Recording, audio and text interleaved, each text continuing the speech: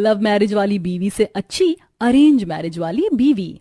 हे भगवान, ये सुनने से पहले मैं मर क्यों नहीं गई। तूने सोच भी कैसे लिया कि हम तेरी पसंद की शादी के लिए मान जाएंगे।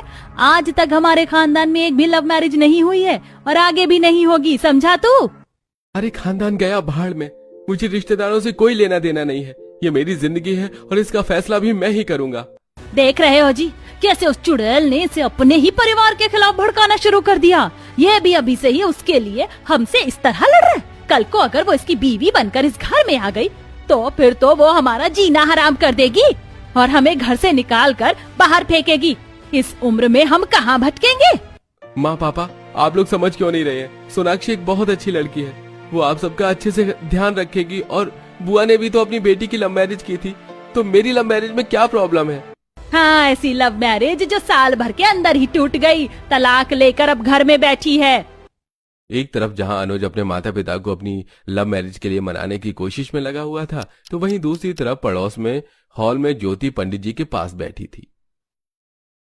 देखिए बहन जी, जैसी लड़की ढूंढने को बोला था बिल्कुल वैसी ही लड़की लेकर आया हूँ।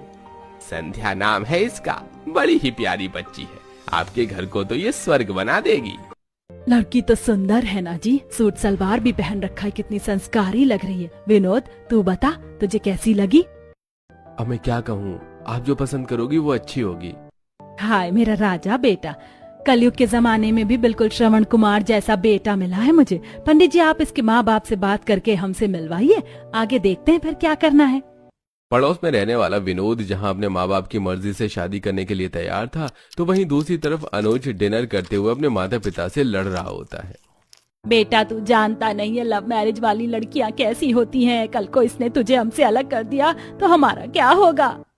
मैंने ठान लिया है, अगर मैं शादी करूंगा तो सोनाक्षी से ही, वरना जिंदगी भर कुंवारा रहूंगा। आप लोग परेशान मत हो, हम भागकर शादी नहीं करेंगे। और वैसे भी अगर आपका एक बेटा कुंवारा रहेगा तो क्या हुआ, दूसरा तो है, उसकी शादी अपनी मर्जी से करवा दीजिएगा। लेकिन अगर मेरी शादी सोनाक्षी से नहीं हुई तो मैं किसी और से भी नहीं करूंगा। इतना कहकर अनुज गुस्से में अपने कमरे में चला जाता है। देख रहे हो जी, अभी तो वो लड़की घर में भी नहीं आई है और उसने कैसे हमारे बेटे को हमसे अलग कर दिया।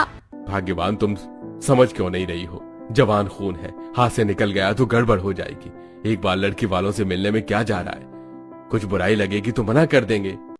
अपने पति की बात सुनकर मायावती चिढ़कर कमरे में चली जाती है कि तभी अनुज के पास सोनाक्षी का कॉल आता है।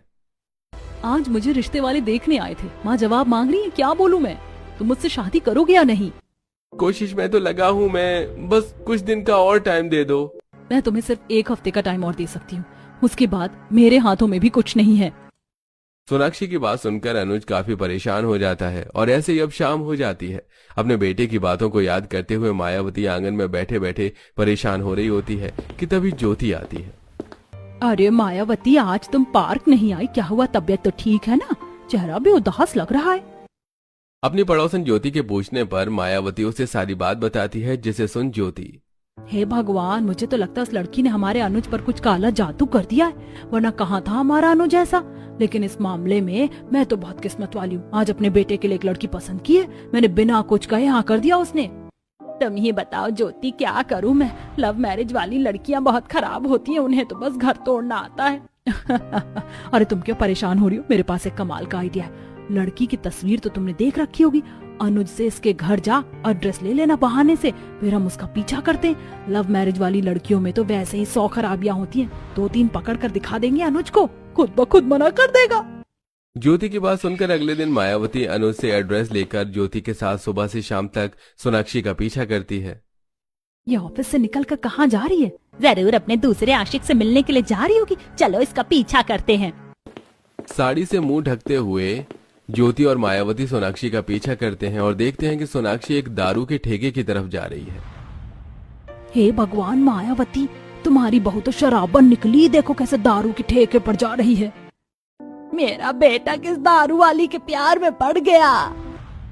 मायावती इतना बोल ही रही होती है कि तभी दारू के ठेके पर जाने की बजाय सोनाक्षी अपना रास्ता बदल लेती है और थोड़ी दूर पर बने मंदिर में जाकर पूजा कर बच्चों में प्रसाद बांटती है, जिसे देख ज्योति ये तो मंदिर गई है और हमें लगा ये दारू लेने जा रही है। आज मंगलवार है ना, आज के दिन तो बड़े से बड़ा शराबी भी भक्त बन जाता है। कोई ना, 2-3 दिन बाद आएंगे। ज्योति और मायावती अब 2 से 3 दिन बाद फिर से सोनाक्षी का पीछा करते हैं और देखते हैं कि सोनाक्षी किसी लड़के के साथ कहीं जा रही थी। ज्योति ये तो सरेआम लड़के के साथ घूम रही है। शादी से पहले इसके चाल चलन ऐसे हैं, शादी के बाद तो ना जाने क्या करेगी। सोनाक्षी उस लड़के के साथ बस स्टैंड पर जाकर खड़ी हो जाती है, तो वहीं ज्योति और मायावती भी साड़ी से मुंह ढककर चुपचाप से सोनाक्षी के पीछे जाकर खड़े हो जाते हैं। मोहित तुम्हारी बस आ गई, आराम से जाना और घर जाकर मुझे कॉल कर देना। मौसी जी को भी मेरा नमस्ते बोलना। ठीक है दीदी, चलिए अब मैं चलता हूँ, नमस्ते। अपने कजन को बस में बिठाकर सोनाक्षी चली जाती है, जिसे देख अरे ये तो उसका भाई निकला, हम तो इसे इसका आशिक समझ रहे थे।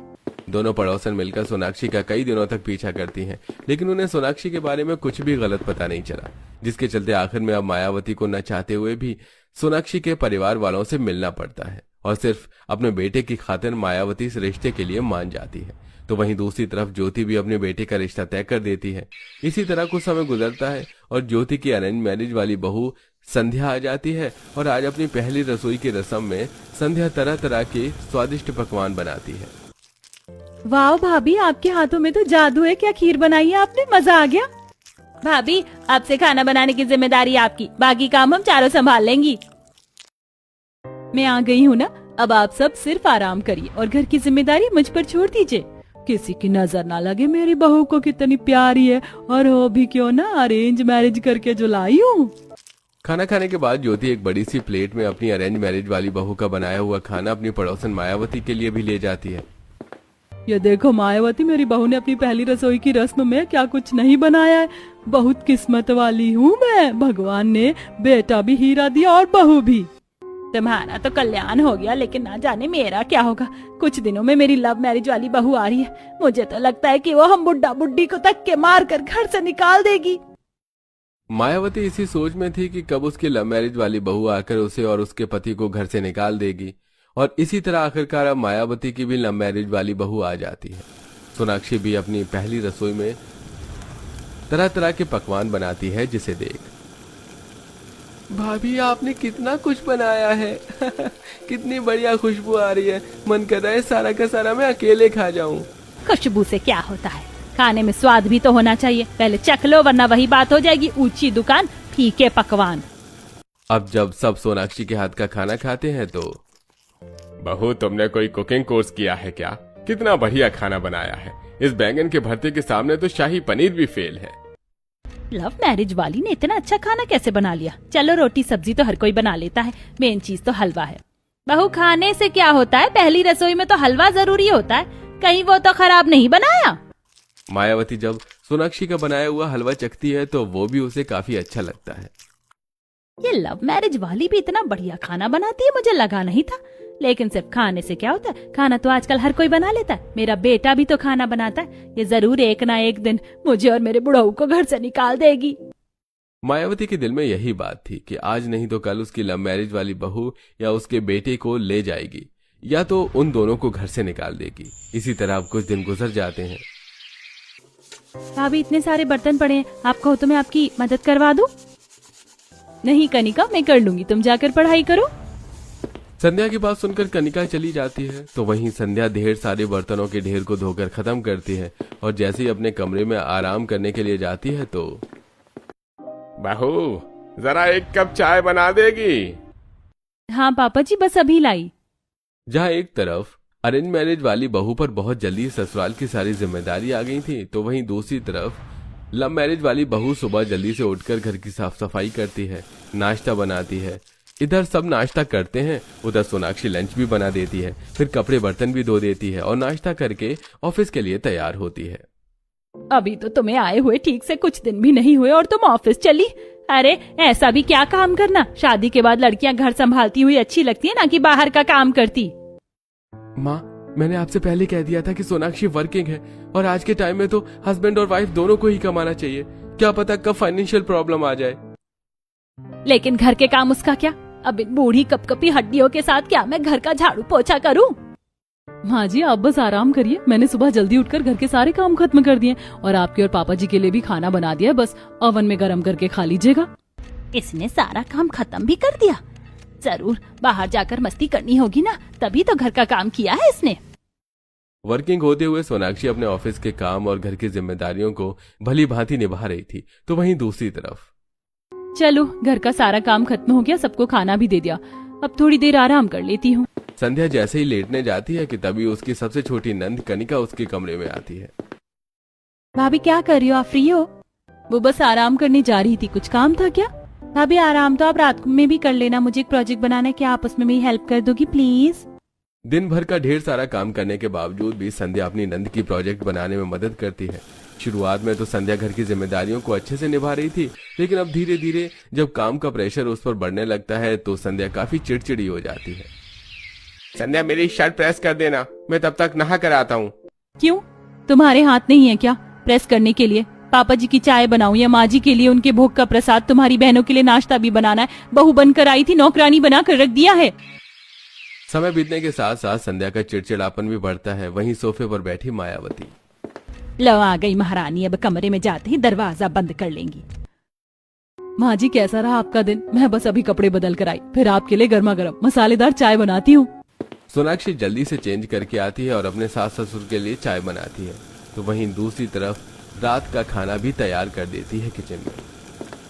माँ जी आप कह रही थी ना कि आपके पैरों में दर्द है, मैं बहुत अच्छे डॉक्टर से दवाई लेकर आई हूँ, इसे लगाते ही हफ्ते भर में आपका दर्द ठीक हो जाएगा और तो और रात के खाने के बाद मैं आपके पैरों की मालिश भी कर दूंगी। खाना खाकर जब जहां सब रात को गहरी नींद में सो रहे थे, तो वहीं सोनाक्षी देर तक अपनी सास के पैरों की मालिश करती है, जिसे देख मायावती भी मन ही मन काफी हैरान होती है। और 1-2 दिन गुजर जाते हैं और किचन में भाभी आज आप खाने में क्या बनाओगी? मेरा तो आलू शिमला मिर्च खाने का मन कर रहा है। भाभी मेरे लिए आप पनीर भुर्जी बनाना, जैसे उस दिन बनाई थी। तुम लोग क्या कभी खुद से खाना नहीं बना सकती? जब से मैं आई हूँ तब से मैं ही खाना बनाने में लगी हूँ, आज खाना तुम लोग बना लो, मेरी तबीयत ठीक नहीं है।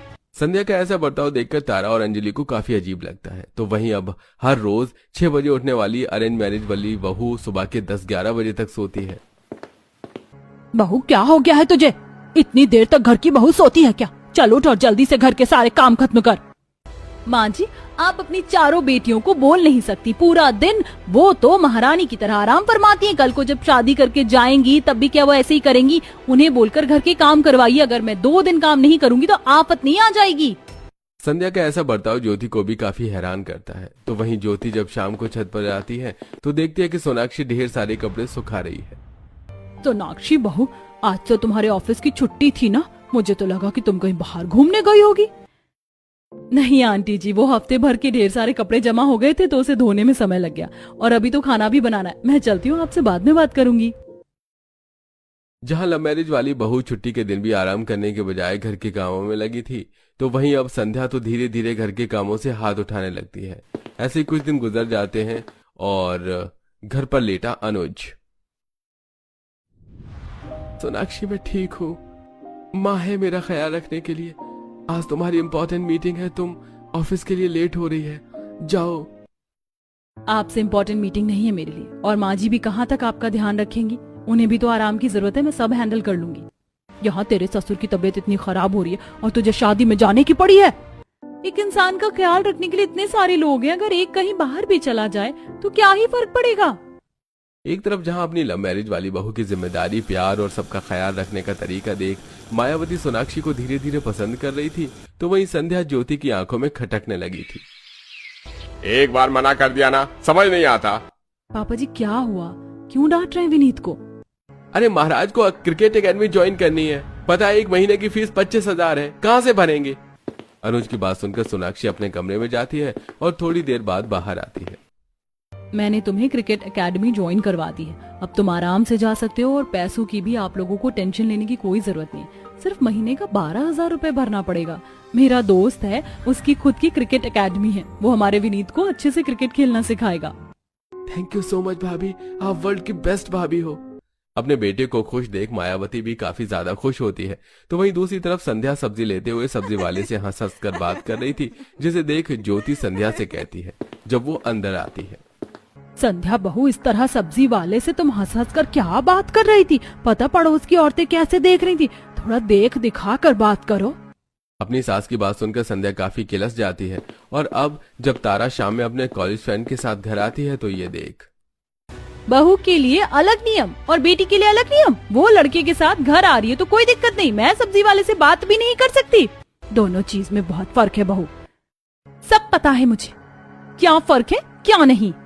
बात बात में संध्या अपनी सास के साथ मुंह जोरी करती, जिससे परेशान होकर आज जब ज्योति मायावती से मिलने के लिए आती है तो वो उसके साथ हॉल में बैठी थी कि तभी। आंटी जी नमस्ते, मैं माँ जी के लिए चाय बनाने ही जा रही थी, आपके लिए भी बना कर ले आती हूँ। सोनाक्षी के किचन में आते ही, वैसे ज्योति हम जितना इस लव मैरिज वाली को गलत समझ रहे थे उतनी ये गलत नहीं है, जिम्मेदारियां तो अच्छे से निभा रही है ये। वैसे तुम्हारी अरेंज मैरिज वाली बहू के क्या हाल हैं? अब क्या बताओ मायावती, क्या हाल है, जीना हराम कर दिया उसने। इससे अच्छा तो मेरा बेटा भी लव मैरिज कर लेता। लव मैरिज से अच्छी अरेंज मैरिज की बहू होती है, वो इससे कहीं ज्यादा सर्वगुण संपन्न है। इसी के साथ सोनाक्षी पूरे परिवार को साथ में लेकर चलने वालों में से थी, कमरे में बैठे हुए। तुम्हारा दिमाग तो नहीं खराब है? ये तुम बाहर माँ जी से किस तरह से बात कर रहे थे? देखा नहीं, गलती माँ की थी, मेरी नहीं।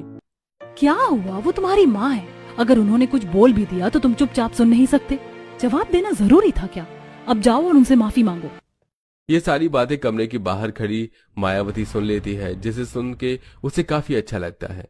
तो वहीं अरेंज मैरिज वाली बहू तो छोटी सी लड़ाई में भी घी डालने का काम करती है। बहू ये तो क्या कह रही भला, इतनी सी बात पर कोई घर छोड़ने की बात करता है क्या? विनोद बेटा, अगर तू हमें छोड़कर चला गया तो तेरी बहनों का क्या होगा? भाभी आप घर का कुछ भी काम मत करिए, हम सब कर लेंगे, लेकिन भैया को हमसे दूर मत करिए। विनोद अब सब तुम्हारे हाथ में है, तुम्हें अपना ये परिवार चाहिए या बीवी? माँ पापा आप फिक्र मत करो, मैं महीने खर्च के पैसे भेज दिया करूंगा, लेकिन मैं संध्या को नहीं छोड़ सकता। संध्या विनोद के इस तरह कान भरती है कि विनोद कुछ दिनों में संध्या के साथ घर छोड़कर चला जाता है और ज्योति चाहकर भी कुछ नहीं कर पाती। वहीं उन्हें जाता देख जब कमलेश अपने कमरे में आता है।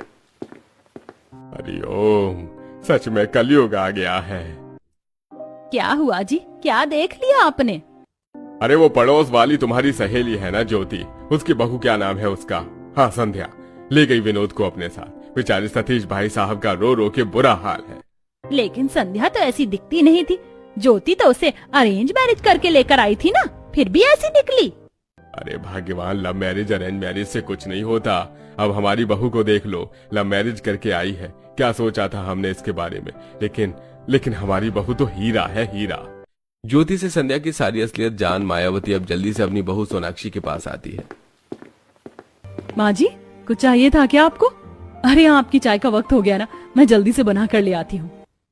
बहू मुझे नहीं चाहिए चाय, मुझे तुझसे कुछ बात करनी थी। मैं सोचती थी कि लव मैरिज वाली से अच्छी बीवी होती है अरेंज मैरिज वाली बीवी। लव मैरिज वाली बीवी बेटों को माँ से दूर कर देती है, घर परिवार तोड़ देती है, लेकिन आज मेरी ये सोच पूरी तरह से गलत साबित हो गई। मैंने तुझे बहुत गलत समझा बहू, तू मुझसे गुस्सा तो नहीं है ना? आप सास से पहले मेरी माँ हो, मेरी माँ की बातों का भी भला कोई बेटी बुरा मानती है? ये तो बस लोगों ने अपनी सोच बना रखी है, पर यहाँ बात अरेंज या लव मैरिज की नहीं है, यहाँ गुण और सीख की बात है। मेरे लिए तो मेरा परिवार ही सब कुछ है, और आप चिंता मत करिए, मैं कभी भी अनुज को आप लोगों से दूर नहीं करूंगी। आज पहली बार मायावती सोनाक्षी को दिल से खुश होकर गले लगाती है। इसके साथ जो भी मायावती के दिल दिमाग में लव और अरेंज मैरिज को लेकर सोच थी वो पूरी तरह से बदल जाती है। तो वहीं ज्योति बस आए दिन अपने बहू बेटे को कॉल करके वापस बुलाने की कोशिश में लगी होती है।